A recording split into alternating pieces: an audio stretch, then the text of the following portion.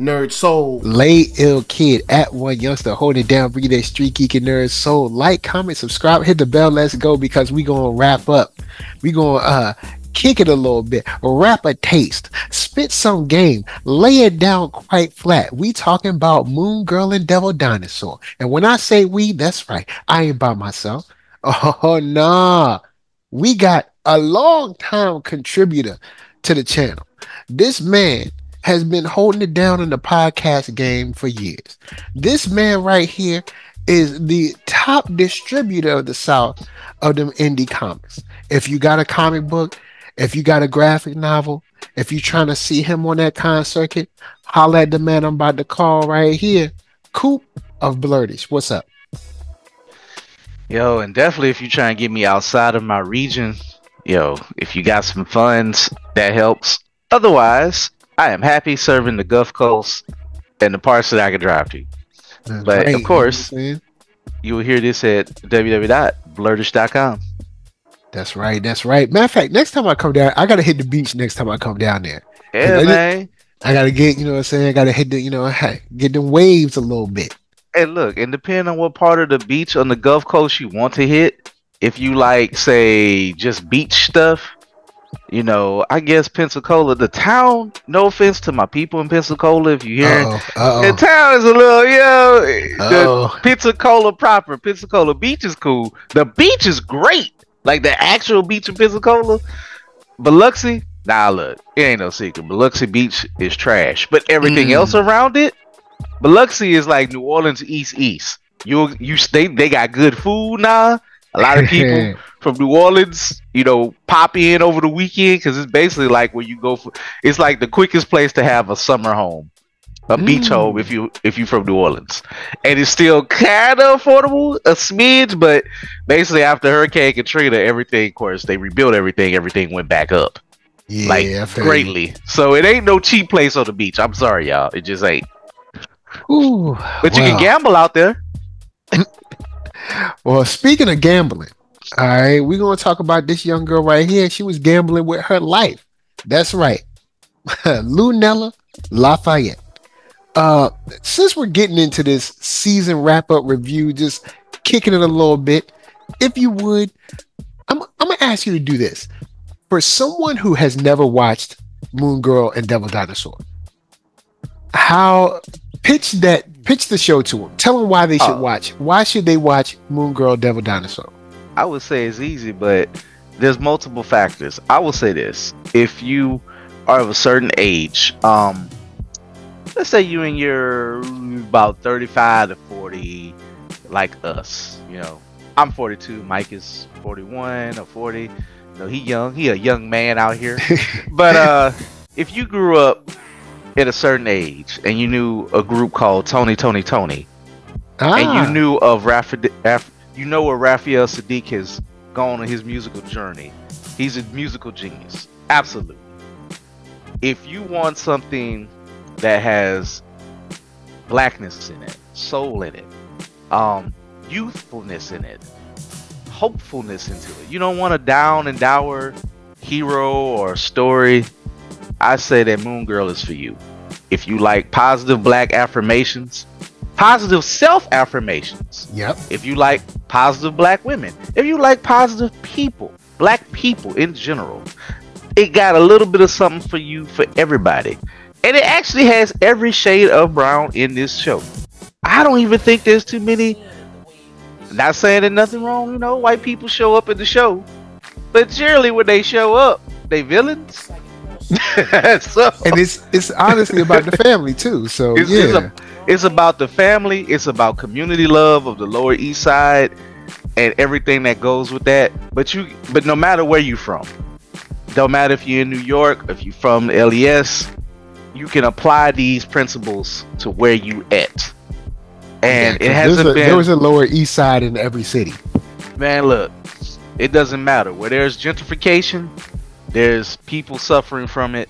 And honestly, the villain for a good chunk of the show, especially season 1, is about gentrification. Yep.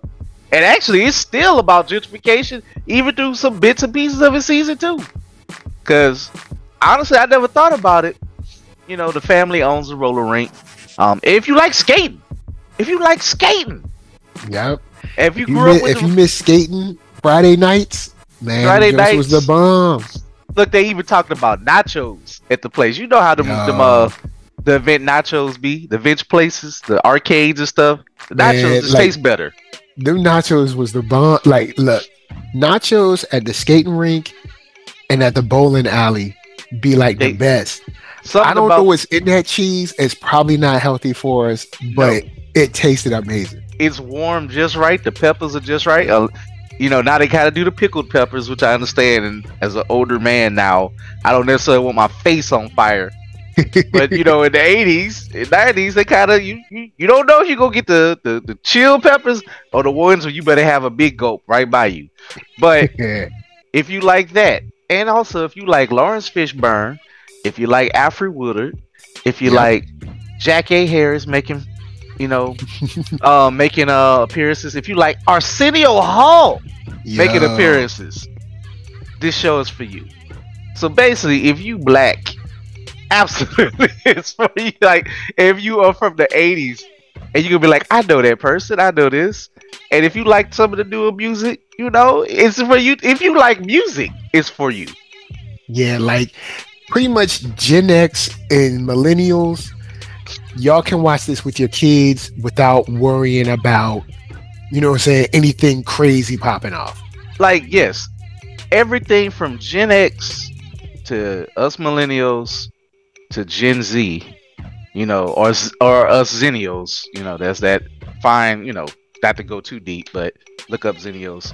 And y'all know, you know, what it is. Like, literally 3 generations of people, which are 3 generations are in that house, in that family, you can relate to. And it's beautiful. It really is. It's, you know, it's a show that's vibrating on a higher level that I did not totally expect to have in my life when they say it was coming. I was like, oh, it's gonna be cute. It's gonna be probably a little kiddie show. I'm gonna watch it just out of GP because I like, you know, I read a little Moon Girl comic books a little bit. I haven't read the whole series, but I was like, oh, she's a cool character. You know, it's a smart black character. You know, nothing negative about that. And it's like, why not? You know. And I remember when they announced it, I was like, all right, Moon Girl, all right, we'll see. But once I saw the character designs, I was like, oh, I love this style. Man, like the style of it, it's just very comic book pagey. Like the color halftones, like the hatching shading and stuff. And then, of course, mixed with the sort of like anime infused like responses, the jokes that they put in the comedic timing. That's why you should watch this show. This show is it's funny, it's fun, and like it's the music, like you said about Raphael Sadiq, man. The music that comes through, man. Comedic timing, bruh. It just the voice work between everybody is on point. Nothing lags. Like, it's not a slog fest of a kid show to get through. It's like I say, it gets it. It's not a show that your kid watches and you're like, oh God, when is it gonna end? It's not Coco Melon, you know. Oh man, Coco Melon be having them like reboot graphics. And look, shouts to Reboot. Reboot was all we had, but man, Reboot was rough. Man, that's an insult to Reboot. It's rougher than Reboot.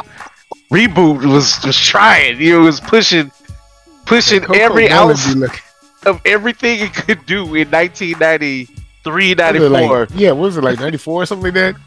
Yeah, man, Coco Melon, like, they need whip that up. And then the songs be whack. Oh, you know, speaking of them songs, I want to switch over. I want to talk about the music for a second. Do you have a particular song that you like? Like, is there like a favorite song of yours that you like? But this season, it's like, honestly, I have the theme song. The theme song kind of. You know what? It's a theme song I never get tired of. It's a theme song I don't get tired of, and it's like, you know, some people be like, "Oh, she talking," but the character is so. It's like a weird disco house jumping by, and like it gets you moving. It's like, oh, okay.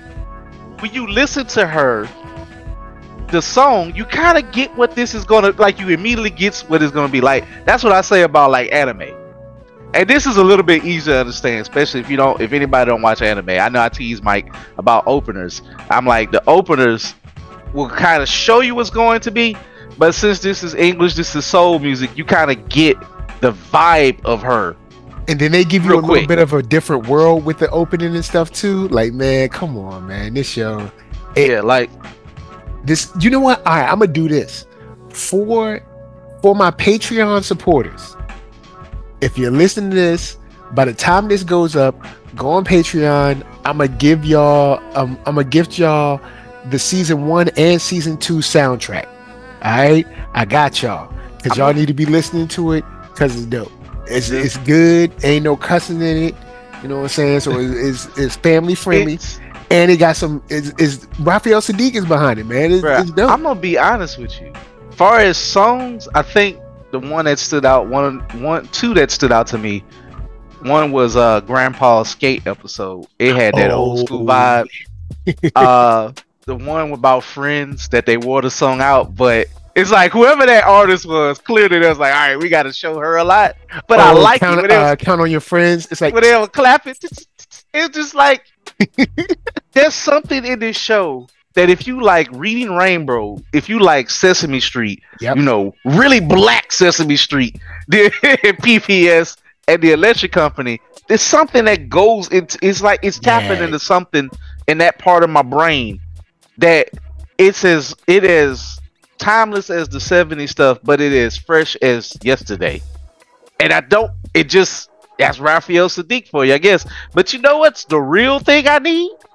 I need the bumps between the commercial breaks. I've tweeted twice at matter of fact, look, Disney, I know you're listening. Bob Iger, I know you listen to the show. I'm not gonna front like you don't. I be seeing your analytics. Yes, I have your exact IP address to your house. I know you be listening. Anyway, I've tweeted at y'all twice. I tweeted at you. I tweeted at Marvel. I tweeted at Raphael Sadiq. Look, release the bumps that y'all have before and after the commercial. I'll buy those too. There's only one other show that is immediately, or say program or channel, that is immediately famous for its bumps as it shows in the early 2000s. That's Adult Swim. That's Adult Swim. And that's Adult Swim, thanks to like Flying Lotus and Mad Lib. And they look, you know, and shout out to the people who like, hey, let's get this on. We're like, we're gonna break artists, or people want to just like this concept, or they like what we're doing. Man, put their music on there, and it became this weird fusion of hip hop, anime, underground culture, you know, like art culture, that something like only a design con, you know, used to be, or stuff like that, or these sneaker, like it's just so many things like sneaker cons, and then you got the comic cons. It's just like it's this mad fusion of things that work, of stuff, or video game culture, and you see all of this. It's like Ooh Girl is like a weird kiddier version of that, because you have like, you'll see graffiti art in New York, you'll see people in the background catching a cab, or people hanging out on the stoop, or you got the hamburger man, you know, the hot dog cart, you know, you got, you know, people selling Devil Dinosaur be eating them joints up. Eat the, you know, the car washes, you got the bagel people, you know. It's just like, you know, even took time to reform a villain and talk about how she can make some like you know, those hipster pastries, because she was good at cooking. And it's like they actually talked about low-key prison reform, that a person like, hey, I don't get a second chance, I just get hooked up to shield, you know, and that's it. Whereas like they label me and I'm forgotten about. And he's like, I'm trying to actually break away from Lady Bullseye, because I'm more than what I am, but I can't break away from this harpy, and I don't get another chance, and that's just that. And it's like, dang, when have you seen that from a kid show? Most is like, oh, you're the bad guy, throw him away, lock away the kid, and they just disappear, and they never like bad, and that's it forever. The only other show that kind of attempted it, I'm gonna give credit for this, was Batman, the animated series, where they had the Harley Quinn special where she was getting out. Now Mark ain't here. I Oh believe most of these. yeah, didn't she?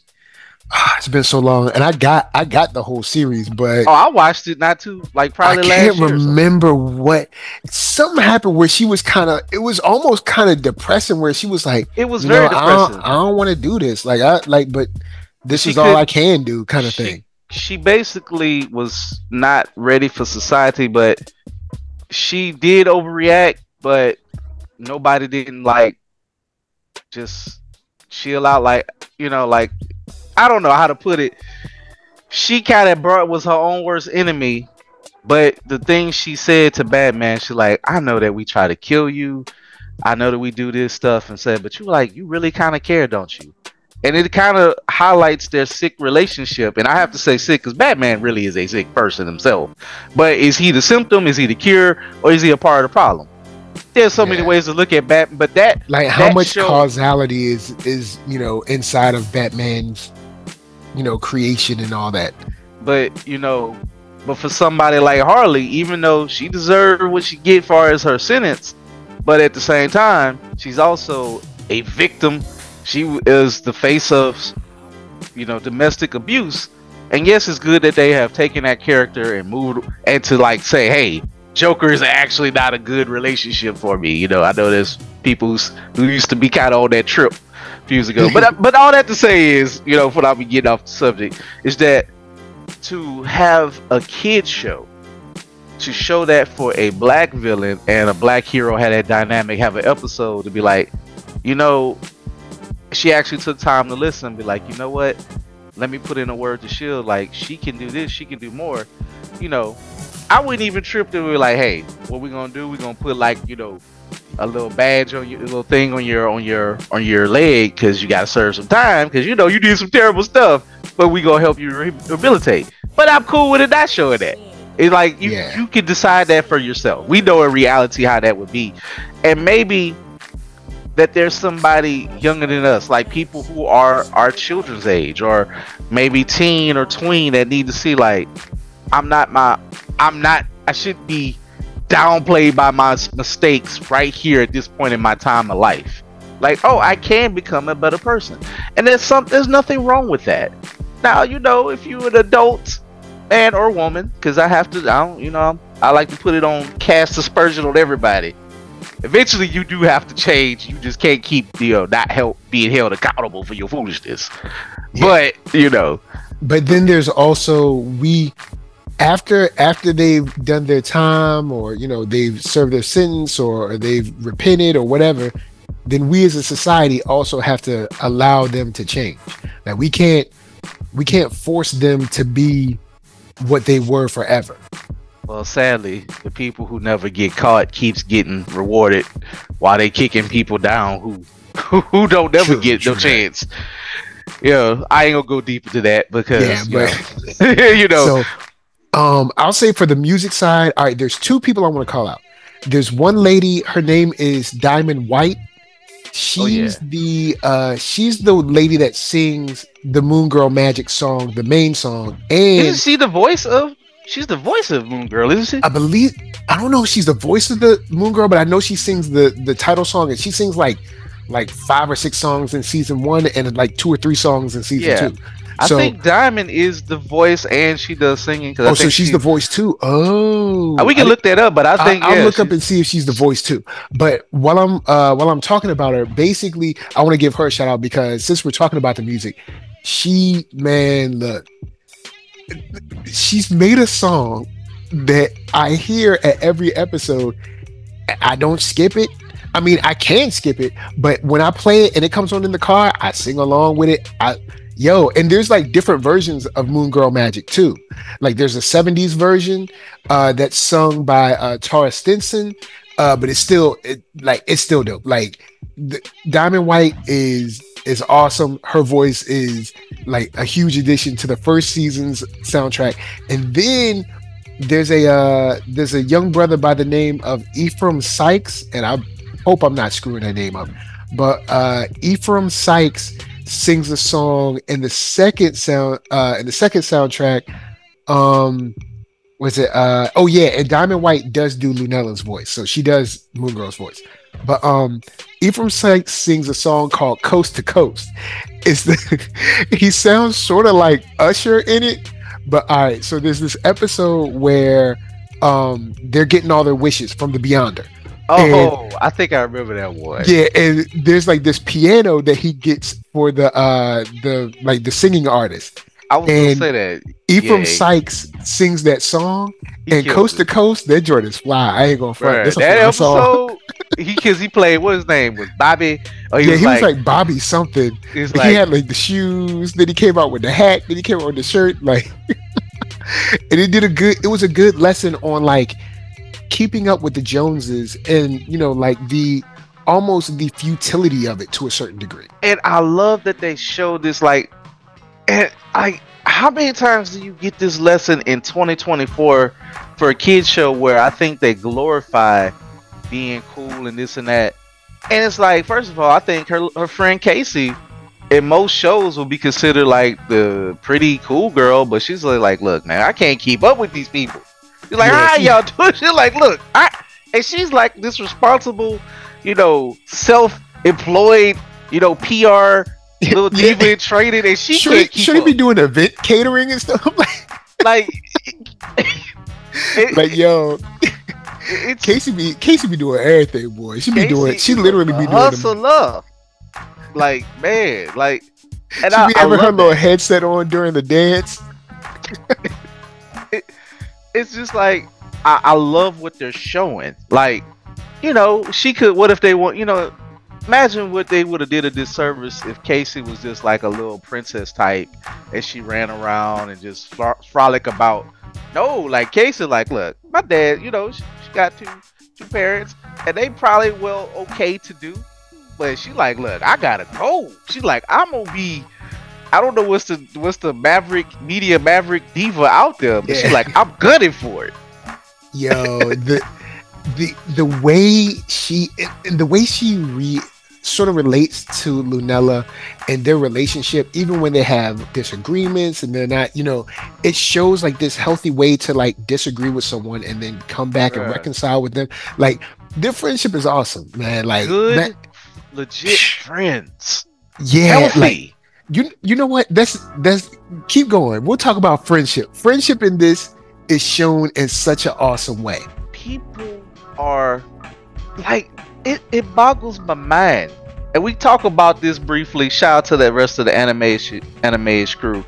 When shows can have kids in them and they be more adult and more well-rounded human beings or projections of people than actual adults that are so one note, so sad, so dour, so regardless. In fact, it's gonna hurt my soul, hurt your soul a little bit. I never finished Black Lightning. I did love Black Lightning for about 3 strong seasons. It wore me out. I never even finished it. And it's right there on Netflix to be finished. I need to finish it.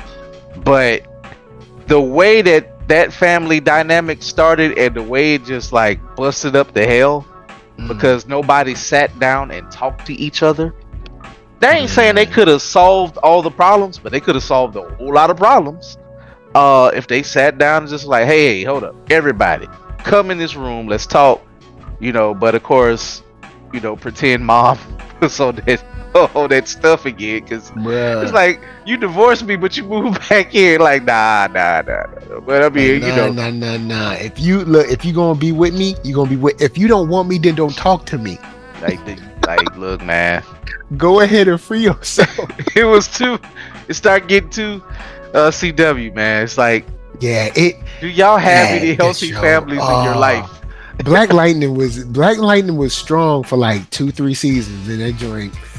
Where it's like, I hate to say it, like, how can I put this without it being, once they got past the Black Lives Matter phase of it, shout out to Black Lives Matter, whoever hating, I mean, they did some things, I know. Yeah, but if you get what I'm saying. We're talking about the movement, not the organization. Once the movement kind of wore off, it was like, okay, we got to get past this. Let's get to the superhero shenanigans. The superhero shenanigans actually was okay. The family dynamic was just like, oh man, I don't mind if these people go. Like they need to split, like either stay together or split apart. Like because it was bad, man.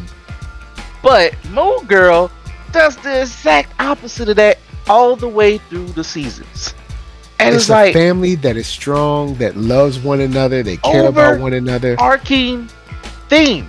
What is the first thing when you meet Lunella, even though she felt awkward and a little out of place at school, and shout out to them not even mentioning the Inhuman crap.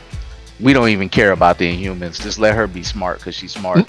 Yeah. Maybe you can make her a mutant with what's her name, and then we could just push the Inhumans into the garbage can or in the corner. Man, the Inhumans, man, look, she came about when they couldn't do nothing with the mutants because they got rid of the mutants because it was like, look, we ain't gonna have this. Y'all ain't gonna have mutants in the comics.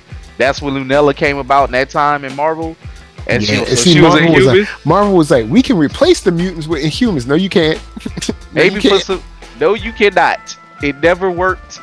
And you needed the Inhumans to be attached to the Fantastic Four. It could work, but the thing is that you didn't spend 30, 40 years building them up. See, the reason we love X-Men is because there's like 30, 40 something years of rich story that's behind it. Y'all just tried to jumpstart Humans in 2 seconds. Not just because you had a dope artist on the book. Y'all thought that whatchamacallit's art was going to bring the boys to the yard. I can't remember. Can't remember who they had on the book, but outside of the royal family, the Inhumans is really about. It's like being a Shakespeare play. Don't nobody care about Inhumans outside the royal family, outside Black Bolt and what he got going on, his evil brother, or the one who chop stuff with his hands, and their relationship it's like what to the Fantastic Four. True, yeah. Without the Fantastic Four, they tried it on the Agents of S.H.I.E.L.D. It worked to a point, and then it didn't. It did work. Kind of aight, but they had those. Let's be real. The best season of Agents of S.H.I.E.L.D., which I actually might go out and grab, is the Ghost Rider LMD season. I'm gonna say outside of that, I don't know if you want to rock with it. That and the one with Trip before he died. It was those two.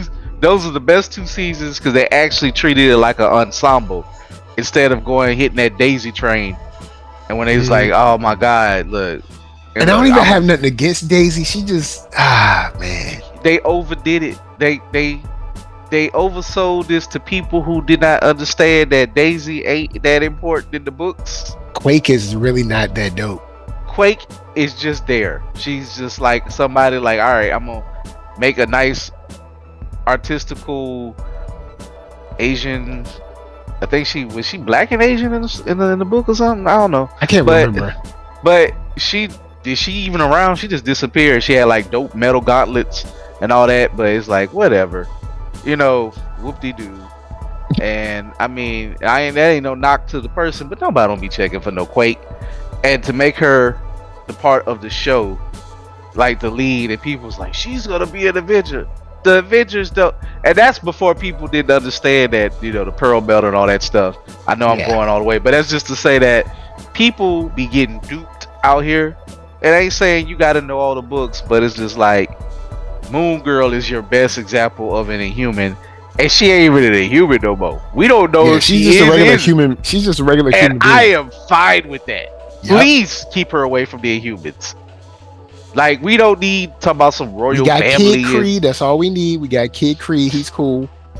Yep. Homie got the worst bowl cut in the game, but he from space, so it's alright. You know what I'm saying? We gonna let that slide. I mean, man, I don't know what intergalactic barbarian is like. So, I'm gonna just let that roll. He got the nerdy bowl, he got that 90s nerd cut. That bowl is strong. I'm like, dang, this what they gave him? Like, it's like a certain inch to his forehead. Like a certain, like, and he seems like a nice kid, and I love the dance episode. Yeah, because speaking of friendship, they even handle that well. It's clear that they like one another. And they definitely, because didn't they kiss each other on the cheek or something like that? I can't remember, or they hugged, but But they didn't try to make it go all far into like, this, whimsical romance. You know what I'm what saying? they They just did, allowed them to be kids. yes, and whatever, you know, one way or the other, it's okay for people to just be like, hey, because these are 13-year-olds, like they're in middle Yeah. school, so there's like, you know what? It's cool. Like I know that I like certain people or whatever, and it's cool to, maybe go on a date and to have that social interaction, but I'm not ready. And you know what? That's fine. Yeah, it's You like I'm should be I'm able to. young, I'm still nervous, and I mean, I'm growing into another stage of my life. Like 13, 12, 13, you're growing into another stage where you're like you have that one stage, like I mean, of course you're born, but then you have that other stage of like 5 or 6 where you're not like a kid no more, and you're not like a baby, and you're kind of becoming more of like a kid. And then you have that other stage when you're like, say 10, 12ish, when you're like, all right, well, I'm not like a kid anymore, Well, but you're a tween. I'm still a kid. I You're a need a little tween. more The responsibility. word is tween. Yeah. You're a pre-tween. So and we have that word at the library that we give you that card. And a tween, you can check out. You know, you get the responsibility of self checkout to get YA books. It's like, so it does put like a little step up, which you can get without say supervision per se. Yeah. You know, I have my issues with something in literature, but that's neither here nor there. But it's just that to be 13, I remember how it was at 13. Mhm. Some of the stuff we were doing, I would not want Moon Girl and Casey to do. Well, let's keep it real. Some of the stuff that was pushed on us, like I remember this is aside from the whole friendship thing, but when I remember being younger, and someone on YouTube made a video about this. Like I went, I was in middle school. I, just loved cool stuff like drawing and cartoons and like hanging out with my friends and riding bikes. And then I got to 8th and then high school in 9th grade. And then all of these guys told me that there was this certain thing that I had to get. And if I didn't get it, then something was wrong with me. Absolutely. And it's pushed on you. You're not allowed to like kind of grow naturally into liking Absolutely. someone. You have this whole kind of culture of like, well, if you don't get this, then you ain't a man. And it's like, well, no, none of us are men. We're 13. Well, here's the thing. It's like, but there's this like push that I'm glad that we don't see here. They just allow them to be kids. I'm gonna just interject real quick and side. No, go ahead. I was 13, but we had this weird messed up system. I went to Baker Middle in Baton Rouge, Louisiana Parish, East Baton Rouge Parish. They used to have something called like social promotion or something like that. If they had that back at your school, or you probably went to a sane school. I was going to school with people who were clearly 16 and 17 in the 8th grade. Even some of the girls were still was like grown. Wow. You know what I'm saying? So we had a couple of kids. We had a couple of kids where I was like, we had a few. That dude was like, yo, I just got out of juvie, so this is where I gotta go. And it's like, and I think about this now. First of all, yes, those kids are still somewhat kids, but they on the edge of being an adult. And it's like 16 is vastly different from 16. Exponentially or 13. Yeah, 16 is just vastly different from 13. Those people, that age group, do not need to be allowed influencing 13-year-olds. They should not have no interaction. And I don't care what anybody say. I'm gonna say it. I'm gonna sound old. 16-year-old kid, you're a dude. You do not need to be around 13-year-old girls. That's just it's not a good look. It starts changing exponentially, but at that age, hell no. And the funny thing is, it's weird because like once you're an adult, like say if you're 26 and your wife is 29 or vice versa, that 3 years like kind of means nothing. It don't mean nothing. But when you're 16 and 30, it's just like it's like miles apart. Where it's because like nah, mental aptitude. And I just say this by the time you're, and like I know there's legality, but let's just say by 25, You 25. Look, I'll just say this. My mom was like 25, 26. My dad was several years older than my mom. I ain't gonna say the exact amount, but definitely way older. But that was it. But you look at the old pictures, they fit. Because they were just, one, everybody looked older back then in the 70s. I'm just sorry. I don't know what it was. Even when my mom was young, everybody looked young, old. Everybody looked grown. Man. Look, if you look at them, like watch them old talk shows on like YouTube, you'd be like, yo, hold up. She said she was 20? But it's in general, and I know people ain't going to like this, but in general, the older generations, I believe the reason they looked older is because they matured faster because they had more responsibilities as youth. And now we've learned as a society, hey, you gotta kind of like let kids be kids. You can't like make them grow up super fast. Man, so look, we've slowed down on that whole latchkey kid thing and all that stuff. We kind of had to some degree, like because we was living wild and dangerous, man. It's like some stuff. I mean, I was 9 years old and I was in charge of like getting my brother off the bus and like getting him from the babysitter and like bringing him home, and like it was like, look, close the door, lock the door, don't let nobody in. Bruh. I got a key, so you don't need to work, like that kind of stuff. And I mean, I wasn't the only kid, and that was probably way too much for us. I just got through watching the live version of Avatar, and I'm just like, they really pitted all this on this little boy. I get it, he's a supernatural being, but he's such a kid, and it's just like, it's so unfair. Like you can you feel it more than the animation, because you know, animated Aang could do. He was super powerful, but it's like you see a human in dimensions stand next to like, you know, an actual adult. It's like, yeah, he should be dead. But you know, even with the superpowers, because he's like, you know, he's a little peanut head boy. Yeah, a little frail kid. You know, just like even he stand next to like. Look, sidebar again. They didn't even try with like the girlfriend boyfriend things. Not yet.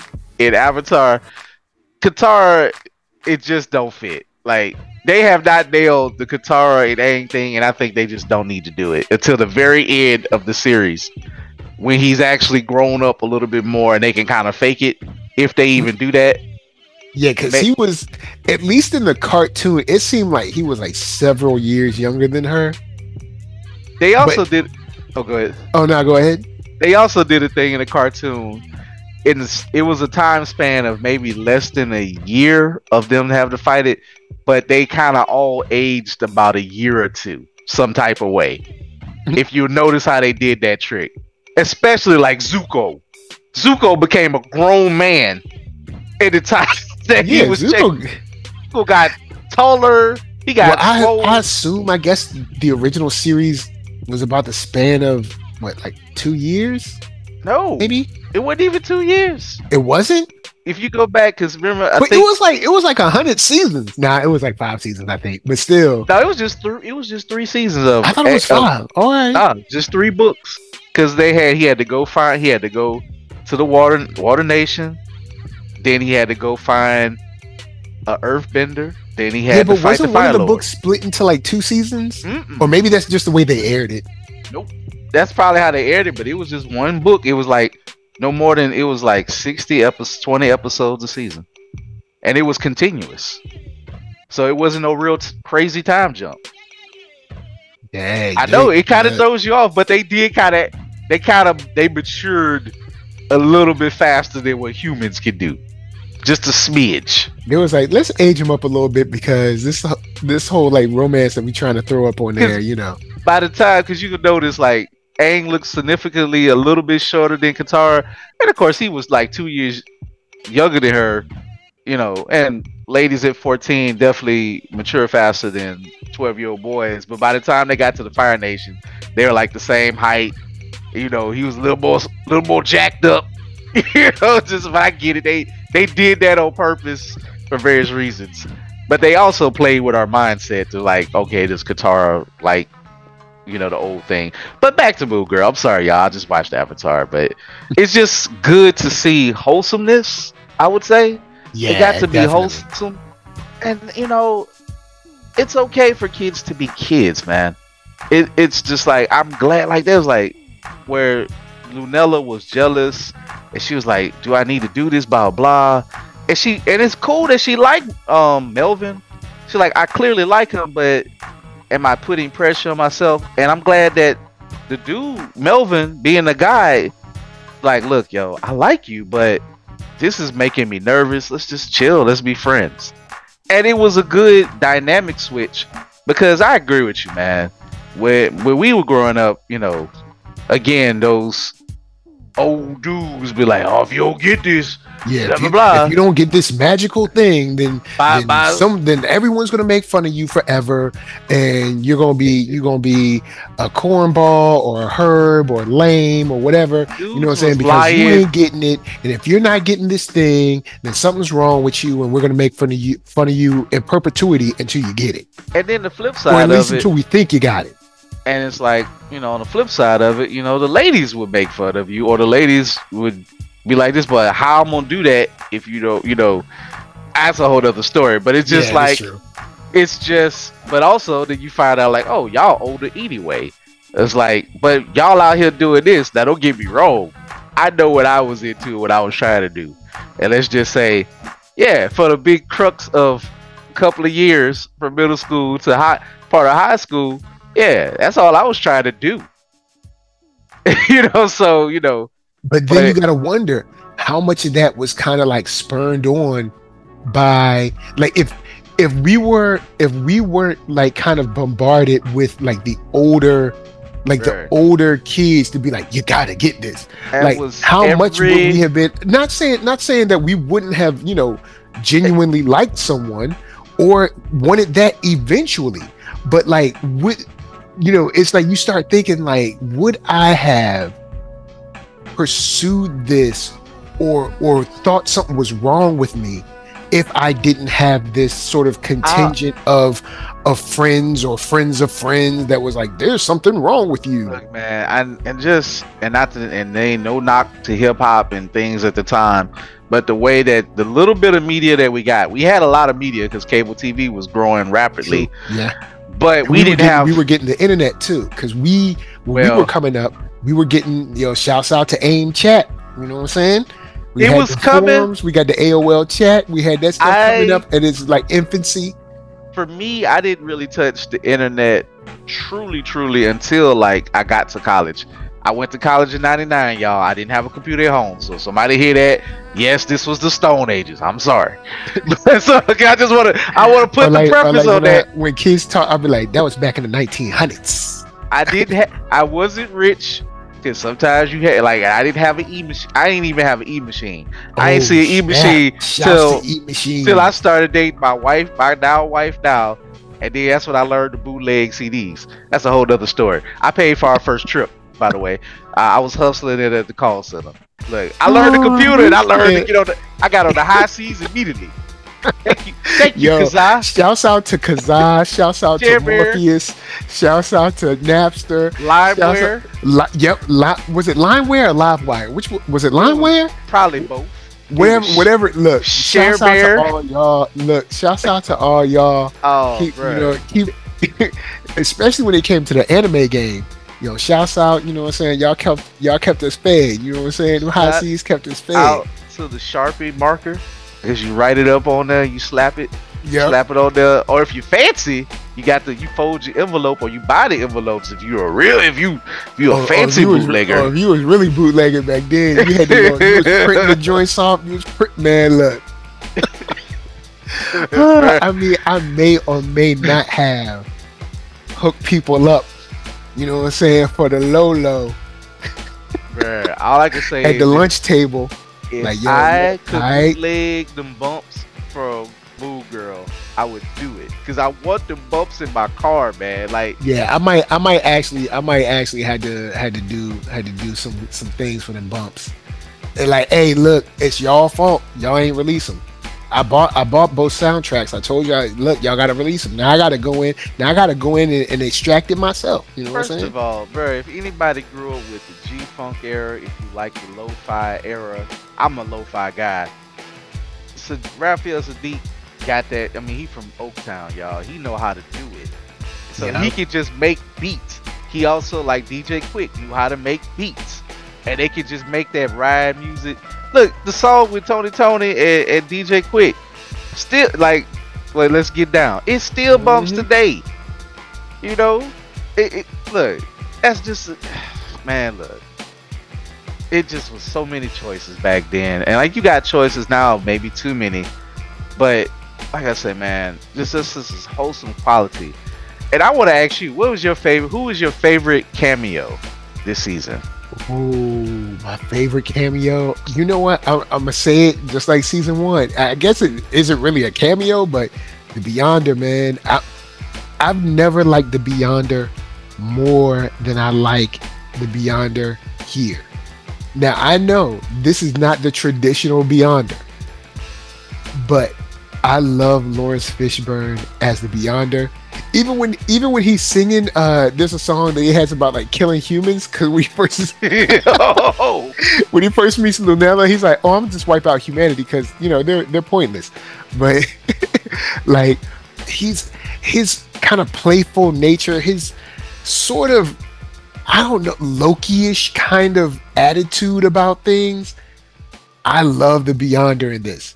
I think he should be the Beyonder, like, in everything. It's like the Beyonder, this Beyonder, he is wild. That like the Beyonder always had his character of he can be as threatening as like the devil himself, or he can be as silly as a child, as a newborn child. Yeah. And it's just like, but he also can low-key kind of be a conscience in a weird way, because he's really the devil on her shoulder.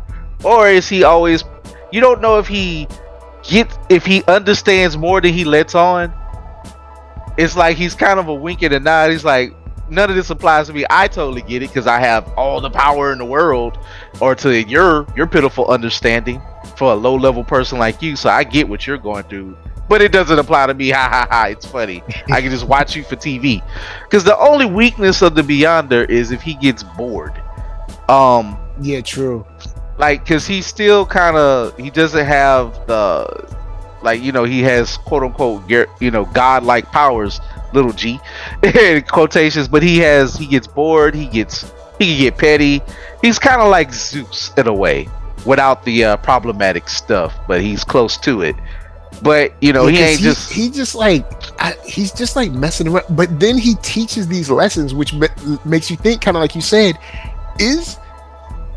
does he really know what is he doing this to like teach her lessons, or is he just playing around? I think he definitely is playing around, but he's like, but the Beyonder in the comics did sometimes, the problematic one had favorites.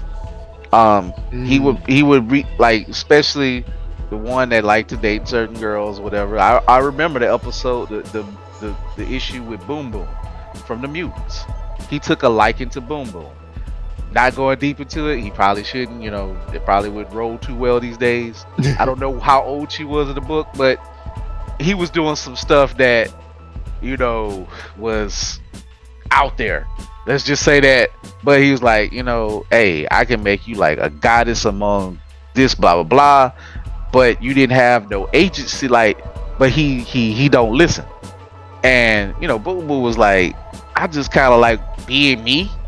I just kind of like doing my thing. And like, it's cool, but this takes away what I'm trying to do. And I just like those I always kind of dug and also worry me, like those beings that they're so powerful that they can get bored and they can just wreck your life. And they've been writing characters like that from the beginning of time, from like, whether if they're like ghosts and they just want to mess with you, or if they're like gods, like Nixie or something like that, Yeah, just like any of those guys. Wish the people who can make like a genie that want to do you in. And it's just like, you gotta eventually learn something inside when you're dealing with those folks. And I love that Lunella, and she's a 13-year-old kid, she's like, look, I like science. That's great that you can do all this. This is, you're at a level of science that I can't understand per se, but I'm going to defeat this with my mind, with my ability. Now, of course, we did see her, come across that wall with Molecule Man. Shout out to them for what they did with Molecule Man. Yeah, And, definitely. and I'm glad that they made Molecule Man should always be a high level threat like that. That even he can mess with a Beyonder. You know what I'm saying? I Mm-hmm. don't know if he can in the comic books, but he probably can. He's probably hard to Ah, deal with. Now, I think the yeah, Beyonder can still kind of wink him out of the existence, but I think the Molecule Man is so strong he'll just come back. yeah. Because I'm Like trying to think who would. If I'm trying to think if there's, I'm sure they've probably met before, but I can't think of any time when I've read where they've met. they only met, they met for Secret Wars for sure, or they met, or he was on the battle planet, but the Molecule Man is still at that level in the '80s, abnormally powerful that people were kind of legit scared of him. He was also kind of like depressed, had bipolar, and he didn't have confidence or something. And it was just, but you couldn't really mess with him. Like if he wanted to get focused, you can't do nothing with him. Like you just can't. And so it's really all in his head. But like if he was like say somebody who was always focused, like say a Doctor Doom or a Reed Richards, he is a problem. Like literally, he just gets stronger and stronger. He has to just like, all right, I'll leave y'all alone. Y'all leave me alone. Like he still has human depression and things like that. He doesn't get away from it, but godlike ability is easy for him, and he can rip you to shreds, like whatever, because he control all molecules. No, I don't know if any force can really mess with him. It has to be like a high power magic, or like it has to be like Thanos with the glove, or you have to be like I don't know, Galactus. You know what I'm saying? Yeah, because I remember in the Ultimates, Gold Galactus met up with Molecule Man, and in his thought bubbles, he was like, "I be careful, take it easy. You don't want him to get angry," kind of thing. So, you know, even in that case, at least that version of Galactus was still wary of getting on Molecule Man's bad side. Bruh, he can re-break down your constitution. You don't just think about it, he just undo you. And you know, I just last thing I remember reading of him, they let him have his own pocket of like the world, and they just stayed away. And he just like sat on the throne, depressed and sad all the time. Oh man! So, All right, then what about you? Who's your favorite character or cameo in this? uh, gotta give it. It's probably gonna be Arsenio Hall slash the Hot That Tomatoes. episode was cute, man. It was, two old brothers, finally coming to terms with one another. That was cute. bro, just having, and I love how they be like, "Oh, girl, that's my favorite hero. I love her." Like it's just like so. I love it too. So, I love her too. I love her more. Nah, man, I'm her biggest fan. I should be her sidekick, Rolling Thunder. It's just like, oh, like, And the way they had to come together to beat the inline skate guy. I can't remember his name. that was some of the best animation to music montage thing they had going on. And you think you would get tired of it? I don't get tired of it. Nah, when she put that cassette in, I'll be like, word, let's roll. Yeah, it's just like it's not even about say defeating the enemies. Like, you know, of course, Molecule Man was like just the one enemy. Like she gonna have to have her superhero moment with him. But it was it's so good life lessons. Like, you know, haha, this is when you actually can do life lessons in a Marvel thing. Mm-hmm. Not say Blade. But if that was life lessons, I mean, I guess don't let a vampire bite you. I don't know what lessons we gonna get. I mean, keep your sword sharp. I don't know what life lessons we're gonna get.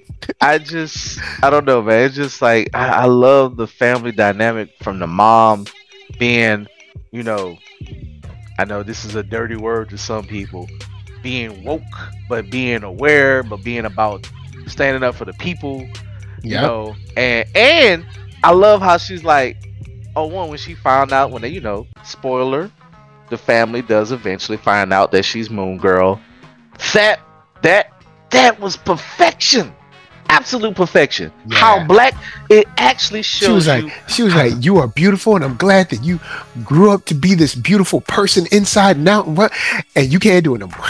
And then she immediately went to shock, like, but I'm the worst mom ever because I didn't know my baby girl was Moon Girl out here doing these dangerous things. It's like, this is exactly how a black woman would do. This is how I would think, this is how a black dad would do. Be like, look, I'm sorry, I'm fighting for you. You're not gonna do this, not because we don't want to hold you, because we want to protect you. And look, look, to our white people, friends out there, this ain't to knock y'all, but when they show the dynamic of the kid, they be like, shut up, mom and dad, I'm gonna do what I'm gonna do, you gotta bet. No, real parents be like, yeah, you can do this, but you're going to have to prove it to me, and you're going to have to convince it to me, because you are the most precious thing to me. Yeah. That isn't because, and it's something I know kids get tired of. I got tired of hearing it, but it really is. You will not understand until you hold your son or your daughter in your arms. You won't understand. And I know it sounds, it's like, of course you're saying that, Dad, but it's like, trust me, you will not understand it. When you hold your son or your daughter in your arms, you will know that you will kill everyone in this nation to keep you safe. Like you will understand. You will understand that barehanded, you will have one of those prison brawls like the Raid 2 to make sure that you're safe.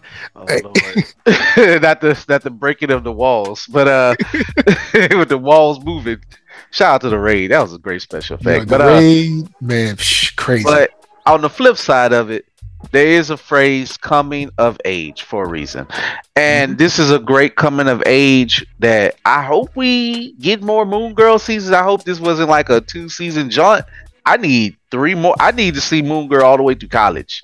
Like, yeah, give me all the Moon Girls. At least hit us with 5 seasons, y'all. Hit us with 5. There's tons of great stuff, you know what I'm saying, that we could get. Especially since we ain't getting none of the young heroes on the live action side. We ain't gonna go there. I don't even know if I want Young Avengers. I don't think I need Young Avengers. I don't trust them to do Young Avengers yet. I wouldn't be. I would big on the Marvels, but you know my thoughts on it. I just got some other ideas. I think you could do it in a way and just not call it Young Avengers. I think the moment you go full on Young Avengers, don't name it. Just let it happen. Just let it happen within the Avengers movie. And that's that. Yeah, man, don't ever call it Young Avengers. They end up doing a better job when they do like backdoor pilots, like bringing someone in. So you can call them the Young Avengers after you bring them in the Avengers movie, and they help out in like something really important in the second act or something like that. You know what I'm saying? Or let somebody like Hawkeye just passed by. I know Hawkeye ain't never coming back. I don't care about Jimmy Renner. But if he do come back, it's like, what y'all gonna call yourselves? The Young Avengers? Ha ha ha. They walk off. I don't know. And then they're like, you know what? Yeah, we will. But anyway, you know what? I'm gonna leave that alone. I'm gonna throw it to you. We've been chilling for a minute. Final thoughts, and where can people find you? Man, final thoughts, y'all. Like, for real. I know we kind of went all around the world, but because Moon Girl just has that effect, it's a good family, black family, wholesome show that's hip, not corny, fresh, thoughtful. Shows love. They even show love to their elders. What's the running joke? We love old people so much. They're the best. That's a running joke. And it's just good wholesomeness, whereas some shows just like to yell in your face and loud. Like, I couldn't do the new Proud Family. I was done after one episode. They just got on my nerves. I love the original Proud Family, but yeah, the OG Proud Family is the realness, and the movie. Yeah, but they just got louder for no reason, and just, I don't get it. It just didn't jive with me. But it's able to convey a lot of things, represent a lot of people, and do it smooth within like this musical format. It is beyond smooth. And again, Lawrence Fishburne, Raphael Sadiq are kind of at the top of it from the music side and from the production side. And bro, you talking about the man who played Furious Styles, who played all these other things. Shouts out to Furious Styles. Who was Pops on Blackish, and who was Cowboy Curtis. Somehow, some weird way, this man has been able to combine all of his power and it's Morpheus. Called range, man. Bruh, this is the best. This man is able to combine Cowboy Curtis, Morpheus, his singing chops, Pops, all in one weird cosmic being. Like, shout out to Pee Wee Herman. Like, Pee Wee Herman is probably smiling down wherever he at, looking at the piano like, that is great. He's like, I wish I would have had him on my show. But just because it's just like, honestly, I'm gonna go ahead on a limb. You know what? Like, you know how you got What If? Mm-hmm. Yo, Marvel guest appearance. Beyond the Screws with Jeffrey Wright's Watcher. Let them have a watch off and do something against each other for fun. Yeah, and like, can you imagine Jeffrey Wright be they're like, not mad at each other. Like him just coming in and be like, you know what, you think you all that? Like, be like, I bet this will happen, or I bet that won't happen, or something like that, and then just let them have fun for 30 minutes. Look, I'm gonna just throw this out there, because Jeffrey Wright, because the Watcher does always get involved, even though he ain't supposed to, but he's not gonna just get involved for fun. The Beyonder is the fun. He gets involved in that. He's like, yeah, he can probably be like, all right, literally man, being like, what are you doing? Get out of this. You're not allowed to be in it. And be like, why not? Why can't I do it? Be like, I'm gonna be in this. Like, the Beyonder be like, hey man, I'm gonna join the story. You sit there and watch cue ball. You don't do nothing anyway. And then they just mess with each other. Then maybe they be like, look, all right, we friends. I don't hate you. I know you're. Hey, shout out my fellow cosmic being. Now get off my page. And the Watcher just be like, now get out of here. Like, do that cross, bro. Marvel, I know you listening. Disney, look, Mickey, I know you. Easy. It's too easy, y'all. Mickey Mouse, I know you listening to me. I know you like. And then he can even comment on how he looks in that world. Like, yo, I don't know if I like this animation or something like that. Guest appearance, Beyonder from this world. Fact, make him start coming into What If and have a crossover and just have an episode with this Lunella. Get Diamond White to do the voice and just have a Moon Girl episode in What If. Maybe if you want to have an older Moon Girl, or what if Moon Girl was a mute, or what if Moon Girl? Yeah, because I said that was one of my biggest gripes with the What If is with these younger heroes. This was your perfect opportunity to show them in different scenarios without having to like break the bank, and y'all didn't do that. I want weird stuff like, yo, what if the X-Men was still set in the 60s and you have the original 5 X-Men? Do an episode like that. Get wild with it, Marvel. You have a show called What If. Forget like, this is one time, I hate to say this, don't worry about the noobs or the people who ain't never picked up no book on this one. Get ridiculously wild. Skip the book. Don't worry about the people that aren't buying the current stuff, meaning they're not buying the streaming service, they're not buying tickets. Stop worrying about them, because in most cases what they do is they end up capitulating to the demands of people online that aren't buying the stuff anyway. I mean, yeah, it's some of that. It's like y'all are following these people. Don't buy the stuff no way.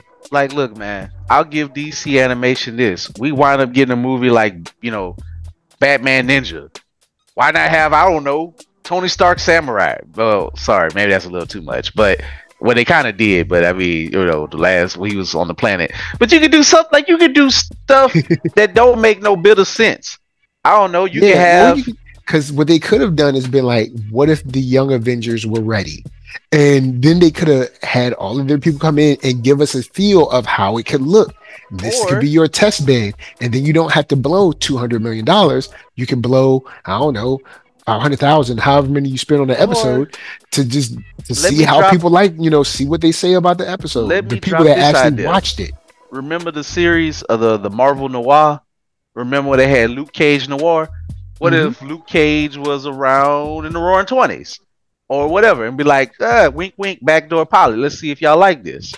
Maybe we'll give, and also, if you don't want to make a full-blown series, just to say, hey, I'm the Watcher. Let's go back to that world. Let's just see how our buddy Luke Cage Noir is doing for another episode. because he's the watcher. He can watch what he wants. Yep. It's perfect. He can see infinite worlds. Every world makes no sense. It's the Twilight. He is the beholder of the Twilight Zone, and he actually kind of cares about you. He kind of will help you out if it messes with his stuff, but he gotta watch things. That's what he do. Man, and sometimes he'll put some anime pause on you. They be losing mad points out here. I'm sorry, y'all. I'm just saying, y'all can do a lot of Moon Girl. It gets an A+ for me as a black man, as a family man, as a Marvel fan, as a music fan. It's just it's something that I cannot recommend enough. If you have kids, watch this with them. Don't be like, oh, it's just kid animation. Shut up. Learn about some like, get that in your life. Like, yeah, look, we review a lot of animated stuff. Anime stuff has been kicking the butt out of live action for the past 2 years for me, easily by far, to keep me involved. The only thing that we really had is probably for TV shows, probably this, a few other things. But movies wise, I will say this: you will be hard pressed to find an anime that's putting in that work movie wise like Spider-Verse was last year. Now, there's a couple, but at least we got a couple animated things over here that's still strong. But it's too few, y'all. We got to pick it up. That new DC animation, that ain't it. That Archer stuff, that ain't it. Throw that out. Hey man, all right, don't hate on that, man. That's more adult animation. All right, it ain't gonna be like, Mike, your bar is too high. The movement is horrible. It's not for action. That movement is horrible. They looking stiff. Well, they looking stiffer than they look on the What If show. I mean, they trying to save money because they got to pay that extra fee to Zaslav. So, oh boy, that animation is. Anyway, back to Moon Girl. Go and tell them where they can find you. Again, you can find me at Blerd.ish. I'm Keith Cooper on Facebook. I go to the Blerdish page on Facebook. You can hit me up, leave any messages, all that good stuff. You can order books. Shout out to somebody who just, put in an order. It don't happen a lot because, I sell more in person, but I appreciate anybody who buys anything online and have me ship it to you. That's what I'm here for. All that good stuff. And maybe I need to add Moon Girl to my table. And if they ever make a Moon Girl book that is within the cartoon realm, I got this. I'm with it. It's on the table. Promise you. I'm gonna keep it real. Once they got nominated for the animation, that with all those were like 8 or 9 Emmys, something like that. Yes, they should have had that on deck. Bruh. Like this is how Marvel be losing. That joint, that children's story, that little children's book should have been on deck. Like, shout out to Jason Reeves, because Pac Sampson is just basically fills that void. Like, shout out Pac Sampson. It should have been something. The book should have been about the size of Pac Sampson, just like that. About the size, the length, all that. It fits that tween. It's bright, it's diverse, it's black, and it can fit right in there. I'm just shocked they haven't did that yet. Like, they doing it for Miles. I know they trying to overdo it. They tried to do it for Shuri and Black Panther. I know it still works, but I feel like let's just Shuri. I think Shuri's in a weird space because I think she's kind of too old, like for the Pac Sampson kind of book. Maybe feel that's why that generation, like since Black Panther came out 7 years ago, y'all, Shuri's get too old for that crowd. Like, especially since they didn't keep it up. Like, that generation has already become petulant teens. They don't care no more. Especially since they didn't keep it up. Like, they didn't. They're like, here's one book. We'll see y'all in 2048 or something like that. They got a couple. Now Miles, I think it still works. But it's just like, man, y'all got Moon Girl, re-release that, put her firmly in the tween category, middle school category. And they should have either re-released or kept running that Champions book that they had. There was a Champions book. When was it set? Was it set during the Ultimates? Anyway, it was Miles, it was Nova, or the Young Nova. It was Miss Marvel, Young Hulk, or the new Hulk, the Asian kid. Like it was all like the younger kids. One last idea. Make a video game with the hand drawn, things. It don't have to be as beautiful as, say, Streets of Rage, but it don't have to be as detailed. But if you can make a little switch, a PC game where she's just beating up baddies, along the way with Kid Kree and a couple other people. Yep. Like you can with make little boxing gloves. Give us 10 levels of that. Charge anywhere from 30 to 20 bucks. I know, unfortunately, video games, have to be in that 30 to 40 range now. Unfortunately, there's no way around it. Y'all see more stuff that I put on my website talking about that, the layoffs. So the 1999 games. Shout us out to Tales Gazera because they still doing it. That's gonna be the last one you gonna find. It's 1999. That's on the day one list. Yeah. That ain't completely indie, so. But yeah, Disney, do it. Y'all got the resources, man. Like, It's right there in your face. That's all I got to say. All right, word. Final thoughts. Moon Girl is one of the best animated shows for children that are, say, like 6 to 10, something like that, whatever the demographic they be having. That TVY7 kind of crowd, it's one of the best, like, for real. It's dope. You need to be watching it. I'll say I finally found it. The Champions. It was in 2016. They were formed during the Second Civil War arc. Because it says Miss Marvel, Spider-Man, Miles Morales, and Sam Alexander, the Young Nova.